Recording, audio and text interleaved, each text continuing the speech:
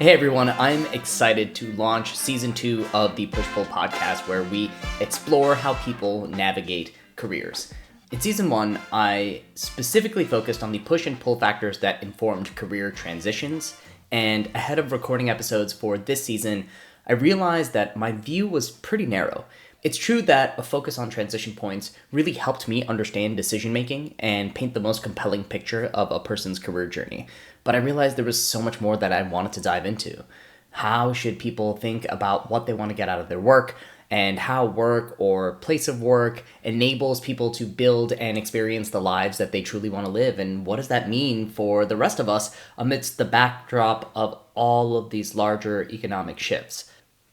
As someone who is really excited about AI tools and workflows, I was trying to avoid AI becoming the central focus of the season. But when we think about work today in 2026, AI is absolutely the main character of the story, and the mass layoffs associated with it are this looming sword of Damocles that's hanging over nearly everybody that I know, especially in tech.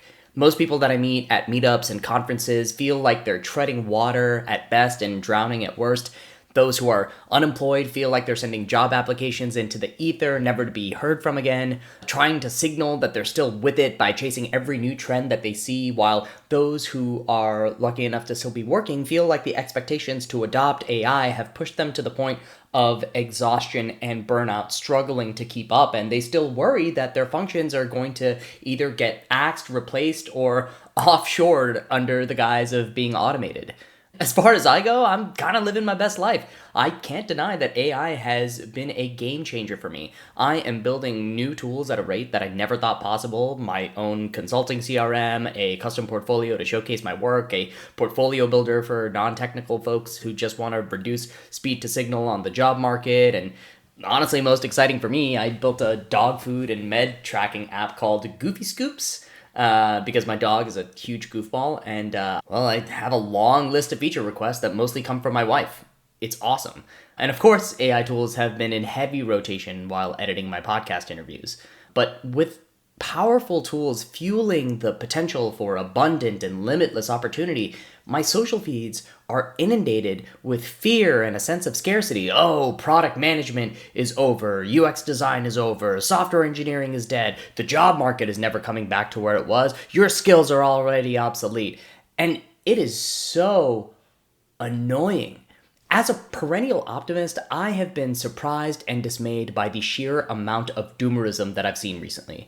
And I'm not saying that we stick our head in the sand and hope that everything works out, but we get to proactively shape what our futures look like, and if we're paying attention and acting with conviction, we can build a much better life for ourselves.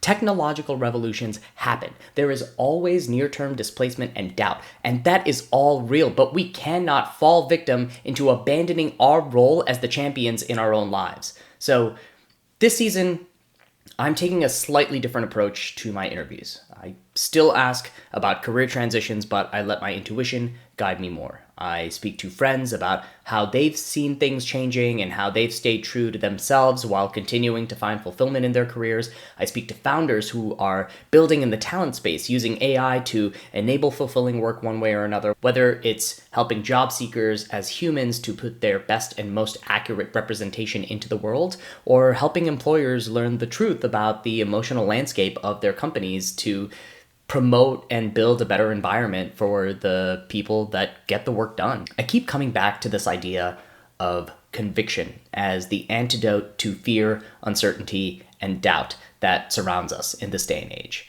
Not certainty. Certainty, to be sure, is a trap. It is what we wait around too long for when we're too scared to be wrong. Conviction, on the other hand, is when we have a baseline level of evidence that meets our intuition, and it is the fuel that you need to move and find direction when the road signs point in 10 different directions and suggest that every direction leads you to some likelihood of doom. It's informed faith. Place bold bets. Take chances on projects that don't fully make sense. Pursue something that you cannot fully justify to everybody else, and trust that you'll be able to justify it in hindsight because you'll figure it out along the way and make it happen. And stop listening to the goofballs who are selling you cortisol spikes. It's engagement bait, it's doomerism, and none of that is building the world we want, need, and deserve.